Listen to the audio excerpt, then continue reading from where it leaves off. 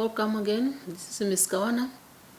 We are going to go through Module 2, History, Exam-Based Contact Class 2022. My mobile number is 081-361-4895. Email address irene.kawana18@gmail.com. Welcome to History Module 2. I wish you all to be hardworking, dedicated, and self-driven students in this course. This presentation covers the subject content in brief and some general guidelines that I want everyone to keep in mind when preparing for the examination 2022. The content we have South African history, apartheid system in South Africa, resistance to minority government, and the role of different movements in South Africa. Okay, we have apartheid system in South Africa. We'll focus on the apartheid system. We'll look at how the system was established and its impact on the people of South Africa. The word apartheid is not a new word. Apartheid means separation of blacks and whites. It happened in Namibia also. The South African introduced apartheid in Namibia, where most of our people suffered. The way the South Africans suffered, that's how the Namibian people suffered. They introduced laws to complicate the lives of the South Africans. We are going to look at few apartheid laws that were introduced in South Africa. We have Prohibition of Mixed Marriage, Act number 55. Marriage between people from different races were forbidden. It was not allowed to marry someone from a different race. It was not allowed in South Africa by the oppressors. And then we have another example of Group Areas Act number 41. Towns and cities were divided into separate races. They call them Bantustad in South Africa. That's what we call homelands in Namibia. Namibia, it was divided into two homelands. In South Africa, it was Bantustad, where the South Africans were divided. Most of the blacks were divided. And now we are saying black people in white areas were forcefully removed to black areas. If there were any black living in a white area, they were forcefully moved from white area to the black area. And then we have another example of apartheid laws. We have Bantu Act number 47. Black children were not allowed to attend schools with white children. There were different schools for blacks and schools for whites. Just like in Namibia, it was exactly the same. Schools were divided. A black child could not attend school at the white school. In South Africa, it was the same. And then the syllabus also became different. There was a syllabus for black people, a syllabus for white, a syllabus for whites. That's why we could have these science subjects, the very important subjects that were given to the white people. And then we have Separate Amenities Act of 1933. Black and white people were forced to separate public facilities such as benches, parks, buses and public toilets and post offices. In a book of history, there's a picture or a cartoon. It's written in bold, "No blacks allowed." That was at the polls, because it was just a place for white people, no blacks. If you are found there, person could be in trouble, could be beaten or taken to jail. The post office, it had two interests, one interest for blacks and one interest for white. And the buses were also separate. I'm going to tell you a short story. You see, the people were traveling in the bus. So that bus were full of blacks inside. Now a white man wanted a lift to go wherever he was going. So as a result, when a white person came, he was told by a bus conductor that I only have one, the bus is full, I only have one place next to a black person. A white person said, it's fine, I'll go, but I prefer standing than sitting next to a black person. You see how bad it was in the past. Okay? And then there's another example of the law. The example was that we have pass laws. The pass law is well known even in Namibia, where people were required to move around with passes. And if you are found without a pass, people could be beaten, they could go to jail, or they could do anything, because it was a must that wherever you go, you should have a passbook. We can give an example of Namibia when the South Africans were here. People were labeled like parcels. You know an ID. If you have an ID, a pass was that your name will be written there, the date of birth, where you live. If you are working as a railway worker or whatever, and then that small piece like an ID, you have to wait like connected to a neck chain. Wherever you go, that's why I said people are labeled like parcel, to make it easier for whites not to talk to a black person, but it's easy for them just to read, oh, this is Maria, who she's 15 years of age, she stays where she's the railway worker. That's what happened when they introduced the pass law, which was not good at all. Okay, let me see. Okay, that's what I'm explaining now.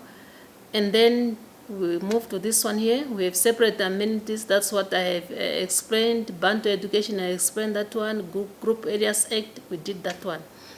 And then we have the policy of apartheid. Here we are told that blacks received inferior education to control them. You know, it's much easier if you are educated to control a person who is not educated. It's easier. That one is a fact. We all know that. And then here they are saying blacks were received poor or inferior education because whites wanted to control them to ensure that blacks should not qualify for high-paying jobs. The high-paying jobs should be reserved for whites, as we know about the syllabus, that the education that was given to blacks were not good, and then the whites received the best because they were training whites to receive or to go for higher paying jobs. So the reason why they gave them blacks inferior education was that because they wanted to avoid competition between blacks and whites. And then blacks do not have political rights. The people who were having political rights were the whites. South Africans could not vote. They were not allowed to join political parties because they had no rights at all. And then here they're saying, this one I explained it already. I said whites received better education, which enabled them to occupy better paying jobs for them to be prosperous. And then the whites received better and bigger land to help them prosper. We can talk about land. You know, the land, the biggest part of the land in South Africa were allocated to the whites, while the blacks received small land.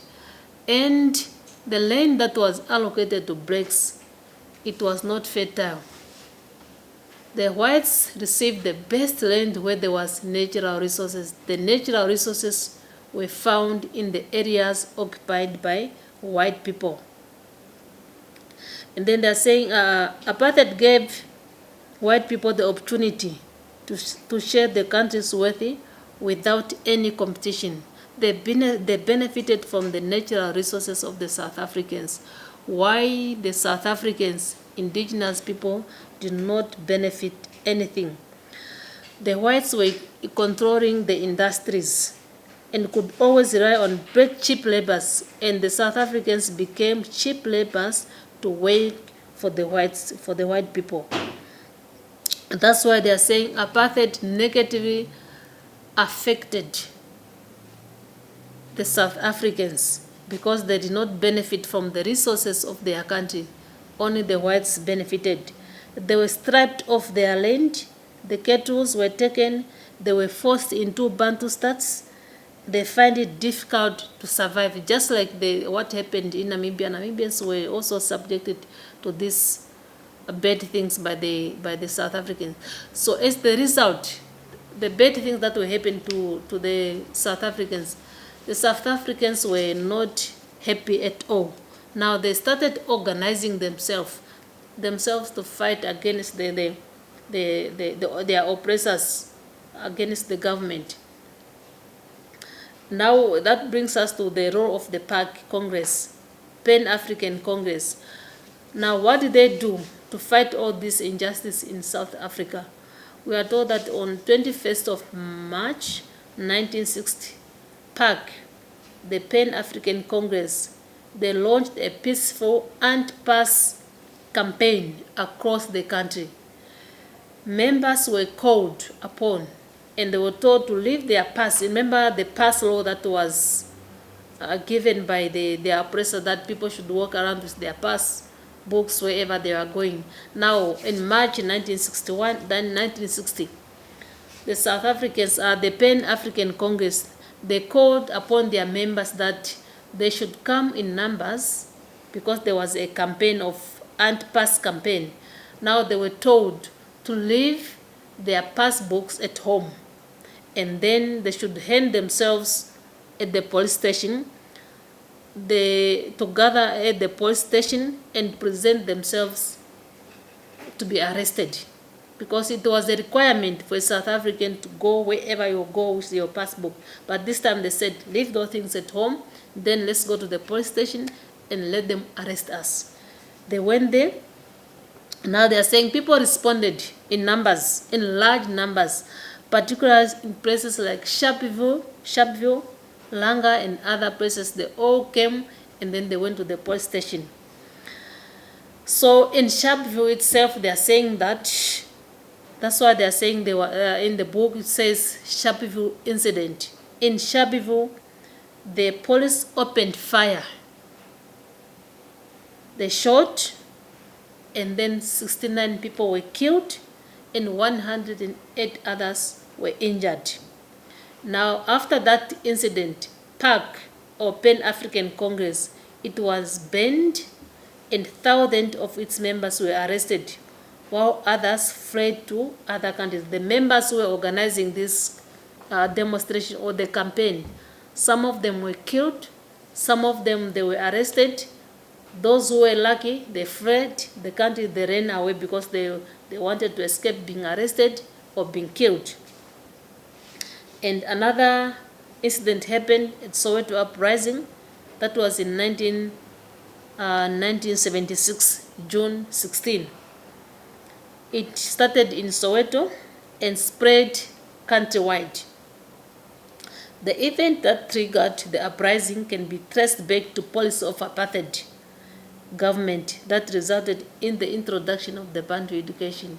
You see, the apartheid government, they wanted learners to take Afrikaans as the medium of instructions. But these people could not speak Afrikaans. Their teachers could not speak Afrikaans. Can you see how difficult the situation was? You are a teacher, you are told to teach the language that you don't even know. So they were told that from now on, some of your subject or Afrikaans should be taken as the medium of instruction. So it did not sit well with them. They said, if you have to do Afrikaans, then you people, the oppressors, should also learn Zulu, which became difficult. So the black students began mobilizing. They mobilized by the South African Student Movement's Action Committee. They mobilized, so they marched peacefully to demonstrate and protest against the government's directive, because they did not like to do Afrikaans as the medium of instruction. They started demonstrating mobilizing others to reject the government, the directive of the government. But on their way, remember, these were students, learners who were demonstrating. On their way, they were met by heavy armed police who fired tear gas and later live ammunition on demonstrating students. They fired the shot among the demonstrators. This resulted in a widespread revolt that turned into an uprising against the government. As a result, because I said the heavily armed forces, they shot on the crowd, so 600 school children and officials died in that incident. It was not a good one. We all know the first person who was killed. Okay, now, because people were doing this, the South Africa now started opposing apartheid policy. They were demonstrating. Now, the government they wanted to resist. They wanted to resist or to stop them from doing whatever they were doing in South Africa. But at first, we are told that the protesters were successful because it attracted the world's attention to the South Africans. When they were fighting, these things were heard in other countries. So the world started supporting the South Africans, and they criticized the oppressors that it was not good what they were doing to the South Africans. So some of the people closed the companies were closed in South Africa because they were not doing good things to the South Africans. And then we are told that how did the government resist the minority government? We are told that black protesters against apartheid were arrested. Remember, we have the Sharpeville incident, we have the Soweto incident, we have Park incident, and Langa. All those people. What was the end result of these protesters? We are told that black protested against those who were demonstrating against apartheid. They were arrested and they stood trial during the Rivonia treason trial. Although they were not set free, the trial with its publicity brought lots of international support and funding of black protesters. So we are told that blacks were funded by other countries because of what happened. Some countries started supporting South Africa. In 1960, the ANC, African National Congress, they formed Umkhonto weSizwe. Umkhonto weSizwe means the spear of the nation. The main aim of Umkhonto weSizwe were to bring change in South Africa by carrying out sabotage attacks. More especially, they wanted to attack the railway lines, government officials, because they wanted to bring change using violence. As the name says, Umkhonto weSizwe, spear of the nation. So they wanted to bring change, not peacefully, but by using force. And then they are saying that, what did they do after this attack of the Soweto, of the Umkhonto weSizwe? They are saying that the government now wanted to suppress the resistance of the South Africans. So they also banned, ANC was banned after the Sharpeville incident. Remember, they were part of those people organizing. And the school children lost their lives in the Soweto uprising. We are talking about the suppressing, how the government tried to stop people from fighting against the apartheid. We are told that ANC was banned, Park was banned, school children lost their lives, and why they were trying to fight for their rights. And then Nelson Mandela, Walter Sisulu, and others had to spend more than 20 years in jail because they were arrested. And then it was bad. This thing was bad because people had to pay with their lives for the struggle, or people lost their life in the process of fighting for their rights. Now, the question you should ask yourself is, why was ANC banned or banned? It was to discourage the opposition against the government. They did that, the oppressors did that because they wanted to discourage other South Africans not to fight against the government again. And then they said this resistance, fighting against South African government, it means the economy will be unstable. They did not want to be equal again. One reason why they were banned. They did not want to be equal with black people, because they knew that if whites are going to continue, it means the whites will go down, and then the competition will be too much, and blacks and whites will be equal. And that's the thing that they did not want. Okay?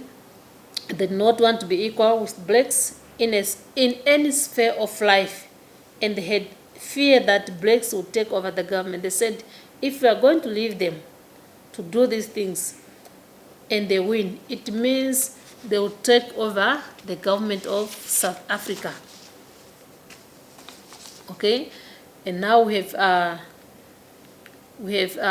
NP, the National Party, won the elections of 1948. I want you students to go through this. You read in advance, you read in detail and see how the National Party won the elections of 1948, because they won because it was extremely well organized party. Please read more on the National Party for you to understand how they became victorious in the elections of 1948. Okay, we continue.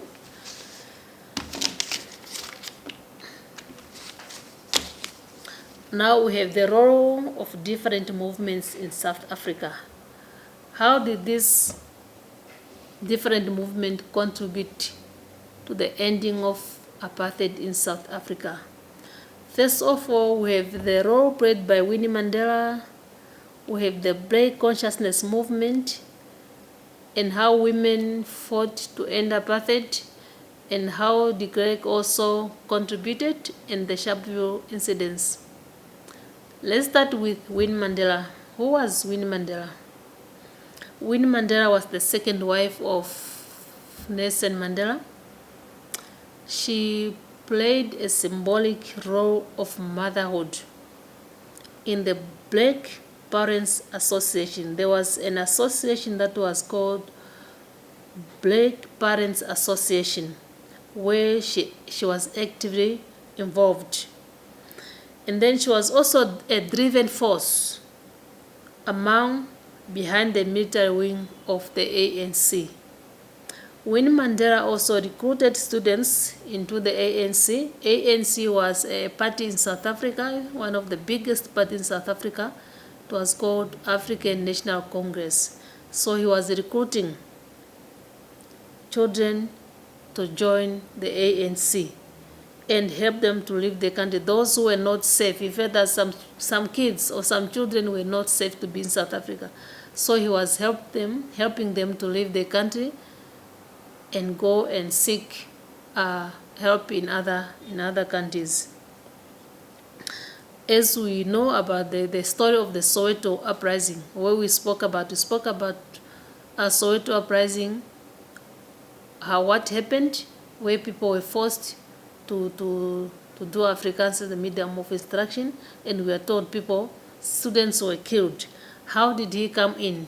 Winnie Mandela, what did he do to help those people? We are told that Winnie Mandela, during the Soweto uprising, she courageously picked up the bodies of wounded children in the street and loaded them into a tiny Volkswagen Beetle. She had a small car which was called a Volkswagen Beetle. During the Soweto uprising, we are told people were killed, some were wounded. Now he was very courageous to help to pick up the bodies of those who were killed, and the injuries were also loaded in her car, and then they were taken to the hospital for for treatment, but her activities were cut short by the arrest of and detention because she was arrested. The whites could not just leave her doing what the things that they did not want her to do. So she was arrested and taken for detention. And then we have another movement, the role of another movement. We have a Black Consciousness movement. It's a well-known topic that we did even in schools when we were still learners. We did we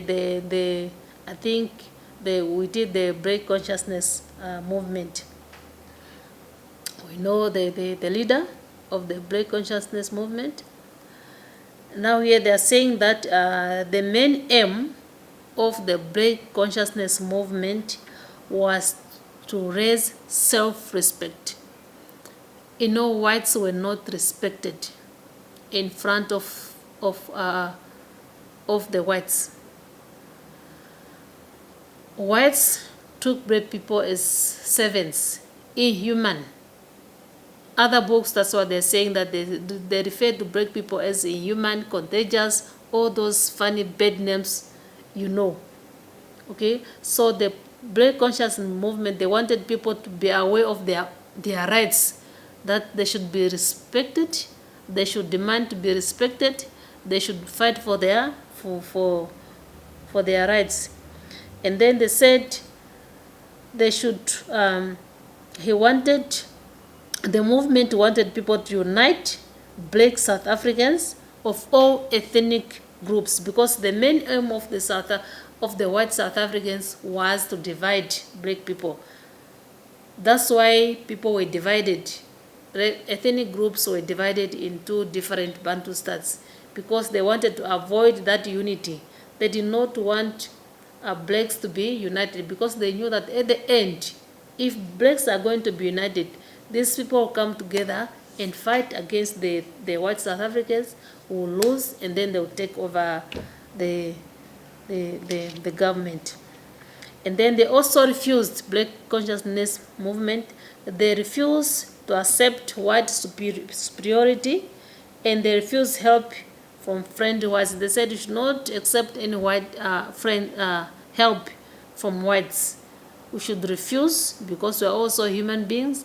We need to be treated with respect. Okay?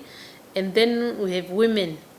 How did women contribute to the fighting or to end the apartheid in South Africa? What did they do? Yeah, they are saying that women resisted apartheid. Many women, including whites, founded a movement that was called Black Sash Movement to help black women through advice centers. They also felt that the past law was unfair because it was separating women from their husband. So there was a movement that was founded by women, Black Sash Movement, to help advise women. And they criticized the past law. Why?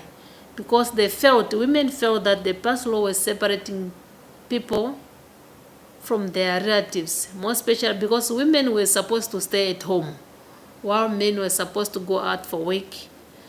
And it means men will be in towns while women will remain behind. So it means there will be a separation between the families. So they felt that it was not good because they are going to be separated from their people. Let me first check this. Okay, and then with de Klerk, how did he contribute? What was his role in South Africa? They are saying that he unbanned, because we all know that. Thank you. We all know that ANC was banned, PAC and SACP. Now, what did he do? De Klerk, now when he came into being, he unbanned these movements and he announced the release of Nelson Mandela. and his fellow prisoners, those who were arrested. He announced that they are going to be released. He abandoned many of the apartheid laws. He rejected them. He did not follow them anymore. He started to negotiate with Nelson Mandela on the first elections in which all the South Africans would participate. Okay, the Sharpeville incident, we spoke about that one already. That's the first part that we spoke about. The last part, why I want the learners to go through, is that students should study about the independence of Botswana. They should know how Botswana gained independence. Check in your modules and go through Botswana, more especially how Botswana received their independence, please. How to prepare for your exam. Ensure that you have all the study materials or resources required for this module. Please ensure that you spend enough time reading the prescribed materials and follow the instructions carefully so as to ensure that you do not waste unnecessary time and effort. Take time to first acquaint yourself with the content of the module by reading through the material carefully. Make sure you understand very well how to answer. Always pay attention to the marks allocated to each question and answer accordingly. Never leave any question unanswered. Revise your assignments and ask your tutor if you have any problem. Please enjoy this module and good luck with the assessment through assignment and examination. That is part and parcel of your studies. Perseverance is the hard work you do after you get tired of doing the work you already did. All the best for your coming exam. That's the end.